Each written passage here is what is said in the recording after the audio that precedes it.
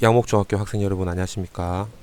오늘은 두 번째 시간 한문을 배우는 이유에 대해서 나머지 수업을 하도록 하겠습니다.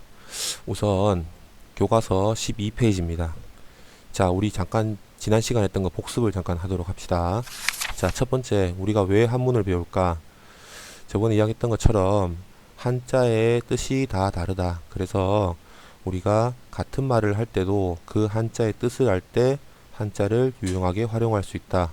그러므로 수학이라는 같은 단어가 있어도 그 단어에 대한 뜻이 다르므로 우리가 한자를 알면은 그 뜻에 맞게 활용해서 단어를 구용할 수 있다. 그렇게 했었죠, 지난 시간에. 자, 이번 시간은 우리가 나머지 한자를 배우는 이유에 대해서 설명해 보겠습니다. 자, 두 번째입니다. 자, 먼저 앞에 나와 있는 학습 자료를 보고 말씀드리겠습니다. 같이 함께 시청해 보십시오. 소영이는 어쩜 저렇게 인성이 바를까? 정말 본받을 점이 많은 친구야. 맞아. 나도 소영이처럼 바른 인성을 지니고 싶어. 소영이가 부럽다. 소영이를 닮고 싶어하는 것을 보면 너희의 인성도 바른 것이 아닐까? 선생님, 그러지 마시고 소영이처럼 인성을 바르게 닦는 방법을 알려주세요. 인성을 바르게 하는 방법은 의외로 쉽단다. 지금까지 전해오는 한문 기록 속에는 선인들의 지혜와 경험이 풍부하게 담겨 있지. 따라서 우리가 한문 기록 속에 담긴 가치를 이해하고 공감하며 실천하다 보면 바른 인성은 저절로 얻게 될 거야. 자, 잘 보셨죠? 자, 지금 나와 있는 내용이 어떤 겁니까? 소영이의 행동을 보고 바른 인성을 쌓고자 하는 학생들이 어떻게 쌓을 수 있는지를 선생님에게 질문한 내용이죠. 그죠? 자, 먼저 우리는 지금 한글이라는 그 단어를 우리가 이 글씨를 쓰게 된 게 언제부터입니까? 사실 뭐 조선시대 때 세종대왕이 한글을 창제하였지만 실제로 우리가 대중적으로 쓰게 된 거는 그 한참 이후부터죠. 그죠? 최근에는 우리가 국어라는 걸 통해서 한글을 쓰고 있지만 예전에 우리나라가 선인들이 글자를 쓸 때는 전부 다 한문이었습니다. 한문. 그래서 그 한문이란 것을 바탕으로 어떠한 사료들이 많기 때문에 우리가 예전에 선인들이 썼던 기록들을 확인하기 위해서는 한문을 반드시 알아야 한다. 그죠? 그러니까 내가 옛날에 글을 한글로 바꾼 책들도 있겠지만 그 옛날에 있던 한문으로 된 자료를 내가 실제로 한번 읽어보고 싶다. 아니면은 선조들의 소중한 정신적 유산을 내가 한번 담고 싶다라고 했을 때는 한문으로 되어 있는 그 옛날 자료를 확인할 때 반드시 뭐가 필요하다? 한자가 필요하다. 그쵸?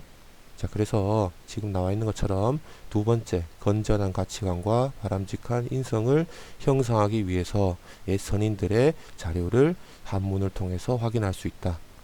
이해되십니까? 자, 그 다음 그게 바로 한문을 배우는 두 번째 이유가 됩니다. 됐죠? 그 다음 마지막으로 세 번째 한문을 배우는 이유에 대해서 보도록 하겠습니다. 자, 14페이지입니다. 자, 먼저 학습 자료를 보고 말씀드리도록 하겠습니다. 같이 함께 시청하시죠. 선생님, 한자 문화권이 무엇인지 배우러 왔어요. 요즘 한자 공부를 열심히 하더니 한자 문화권의 뜻이 궁금한 게로구나. 선생님이 도와줄 테니 너희들이 직접 조사해 보렴. 한자 문화권은 한자를 통해 문화적 소통이 가능한 지역을 일컫는 말이구나. 한국, 중국, 일본 등의 나라가 이에 속하네. 한자를 통해서라. 그렇다면 한자 문화권 국가를 여행할 때 한자로 소통할 수도 있겠는데? 한자 문화권 여행으로 검색하니까 사진이 많이 나오는걸. 이게 중국의 표지판이래. 난 일본의 표지판 사진을 찾았어. 한자가 크게 써있네.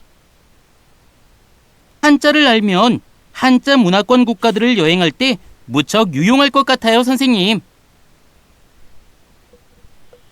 중국어와 일본어를 몰라도 한자로 소통할 수 있다니 정말 신기하지? 네, 선생님. 자, 자료 잘 봤습니까? 자, 지금 나와 있는 내용이 어떤 겁니까? 한자 문화권이라고 나와 있습니다. 자, 우리는 실제로 우리나라를 포함해서 동아시아라고 하죠. 중국과 일본 이 대표적인 나라들이 한자 문화권에 속합니다. 실제로 전 인구의 4분의 1이 한자를 사용한다고 합니다. 자, 그래서 한자를 우리가 사용하는 이 문화권, 다시 말해 중국과 일본 등의 나라들을 우리가 가게 될 때 이 한자들이 많이 상용화되어 있다. 그런데 지금 15페이지에 보는 것처럼 한국에서는, 자 보십시오. 한국에서는 이런 식으로 예전에 썼던 한자를 쓰고 있죠. 그죠? 그런데 중국과 일본 같은 경우 한번 보십시오. 모양이 좀 다르죠? 자, 다르지 않습니까? 그죠? 자, 먼저 중국에서는 옛날 한자를 요즘에는 쓰지 않는다.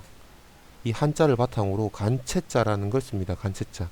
자, 이 간체자는 대략 한 1900년도 때, 그때 한자가 너무 많이 나오니까, 그러니까 우리 한글도 마찬가지죠. 새로운 신용어들이 나오죠. 중국도 마찬가지입니다. 옛날에 쓰던 한자도 있겠지만 새롭게 우리가 생활이 바뀌고 하다 보면 새로운 단어들이 나옵니다. 그죠? 그 단어들이 계속해서 양성되니까 그 단어들을 한자로 바꾸기가 너무 힘들더라. 그래서 이 간체자를 통해서 이 복잡한 한자의 모양을 조금 간추려 보자 해서 한 1940년도입니까? 한 50년도? 잠깐만 좀 써겠습니다. 필기로. 1940년도에서 1950년도 사이에, 요때가 격변기입니다. 우리 동아시아의 격변기입니다. 이때가 전쟁도 많이 일어난 격변기 때, 요때 1940, 50년 사이에 한자의 복잡한 모양을 간단하게 해서 바꾸자 해서 만든 게 간체자입니다. 간체자. 여기 나오시죠? 보시죠? 자, 그러면은 일본도 마찬가지입니다. 자, 보십시오. 한자가 요렇게 나와 있는데 좀 모양이 다르죠? 자, 다르죠? 다른데 요 단어도 마찬가지입니다. 중국에서는 간체자, 일본에서는 신자체라고 합니다. 신자체. 자, 요것도 여러분들 외우기 쉬울 겁니다. 1940년도부터 1950년도 사이에 복잡한 한자의 모양을 일본의 모양에 맞게 간단하게 바꾸자 해서 바꾸게 신자체입니다. 신자체. 이해되십니까? 자, 이런 식으로 우리가 기본 틀은 뭐다? 한자를 바탕으로 간체자와 신자체가 나왔다. 그러면은 여행 갈 때 우리가 표지판 같은 걸 보죠. 이렇게 표지판 보면은 보통 어떻습니까? 제일 위에 보면은 그 나라의 한 글자, 우리나라 같은 한글, 그 다음에 제일 우리나라 같은 경우 예를 들면 보면 다음에는 한글, 그 다음에 또 갈로 열고 한자, 그 다음에 밑에 어떻습니까? 영어로 되죠. 영어로. 그 영어는 지금 우리나라가 마찬가지겠지만 전 세계 공용 언어 아닙니까? 그죠? 그래서 이런 식으로 쓰는데 중국과 일본만 가도 마찬가지. 위에 자신들이 쓰는 간체자, 신자체, 한자, 그 다음에 영어 이렇게 돼 있습니다. 그럼 내가 기본적으로 한자를 좀 알고 있다. 그러면은 실제 한글을 내가 모르더라도 요 한자의 모양만 봐도 대충 여기가 어느 곳이구나, 방향이 어느 쪽 가야 되는구나라는 것을 내가 알 수 있겠죠. 그죠? 그래서 마지막으로 정리하겠습니다. 우리가 한자를 배우는 이유는 뭐다? 첫 번째 뭐였죠? 같이 한번 이야기해 봅시다. 자, 새로운 단어가 있을 때 그 단어의 뜻을 정확히 알기 위해서 한자를 공부한다. 그 다음 두 번째, 내가 선인들의 지혜를 담고 싶다. 바른 인성과 정신 유산을 몸담고 싶다라고 할 때 선인들의 지혜를 옛날 고서를 통해서 확인할 수 있다. 그걸 한자를 통해서 배울 수 있다. 마지막 세 번째는 전 세계의 4분의 1에 포함되어 있는 한자 문화권에 그 한자를 알면 내가 외국에 갔을 때나 아니면은 확인할 그런 거를 활용하여 사용할 수 있다. 됐죠? 그죠? 자, 그러면은 여기 나와 있는 새로운 한자를 보고 보겠습니다. 한번 따라 써 보십시오.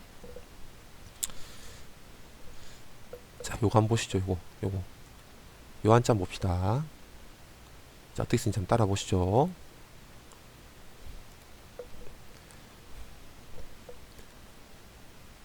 자, 여기 요 위에가 풀초입니다. 이게 풀초, 풀입니다. 풀 있고 요렇게 돼 있는데 요게 꼭뿌리 영자입니다. 꼭뿌리 영자. 우리 영국 알죠? 영국 할 때 영자가 이 영자입니다. 그 다음, 자, 요 한자 조금 복잡하죠? 자, 천천히 한번 따라 써봅시다.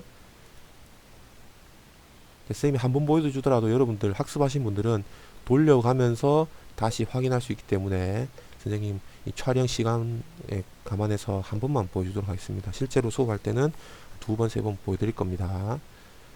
자, 요 한자 뭡니까? 여러분들. 보다 관자입니다. 보다 관자. 좀 복잡하죠, 그죠? 그러니까 한자를 내가 외울 때 제일 처음에 여러분들 이거를 글을 배운다라고 생각하지 말고 이제 그림 그린다 생각하고 하시면 좋습니다. 이 그림 모양을 그대로 내가 얼굴에다가 딱 눈으로 딱 사진 찍는다 이렇게 생각하시고, 이걸 원래 실제로 못 쓰더라도 요 모양이 어떤 한자다라는 거를 기억하는 것부터 시작하는 게 부담감 없이 한자를 접근할 수 있을 겁니다. 그 다음 마지막으로 요 한자 봅시다.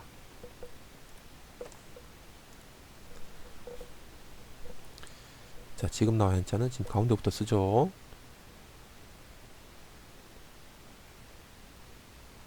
자, 지금 나와 한자는 즐기다 락, 그 다음에 음악 악, 그 다음에 좋아하다 요, 이 세 가지 뜻을 가지는 한자입니다. 그래서 여러분들 여기다가 필기를 하실 때 요 한자는 굉장히 중요한 한자니까 밑줄을 쫙 쳐두시고 별표를 이렇게 표시할 수 있도록 하십시오. 알겠죠? 자, 됐죠? 자, 이번 시간은 우리가 한자를 왜 배운지에 대해서 들어봤습니다. 자, 선생님이 3강 자료는 선생님이 학습하는 걸 이렇게 올리고 4강 자료에서는 여러분들 한자와 이거 한문 수업과 관련된 영상들을 첨부해서 올리는데 그거까지 반드시 보셔야 합니다. 그리고 양목중학교 학생들은 이 학습하는 시간을 유튜브에 링크를 해놨죠, 선생님이. 그죠? 근데 시간을 내가 보기 싫다고 쭉 앞으로 당기고 이렇게 한다고 해서 학습이 완료되는 게 아닙니다. 이 시간만큼을 꼭 여러분들이 다 들으셔야지 학습이 완료되어 있다라고 표시가 됩니다, 선생님한테. 그리고 과제도 마찬가지입니다. 과제도 반드시 여러분들이 체크를 해가지고 확인을 하셔야지만이 선생님이 이 학생이 과제를 다 했구나 이렇게 해서 선생님한테 실시간으로 뜨니까 반드시 수업할 때는 수업하는 내용을 앞으로 넘기지 말고 그대로 있는 그대로 보고, 그 다음에 과제도 반드시 여러분들 직접 확인하고 체크해서 확인을 꼭 누르시도록 하시면 됩니다. 아시겠죠? 자, 그러면은 다음 시간에는 우리 무엇이 기초인가에 대해서 배워보겠습니다. 자, 여러분들 집에서 학습하시느라 고생 많으시고, 그리고 또 우리 볼날까지 최선을 다해서 열심히 하도록 하겠습니다. 오늘 수업은 여기까지 하겠습니다.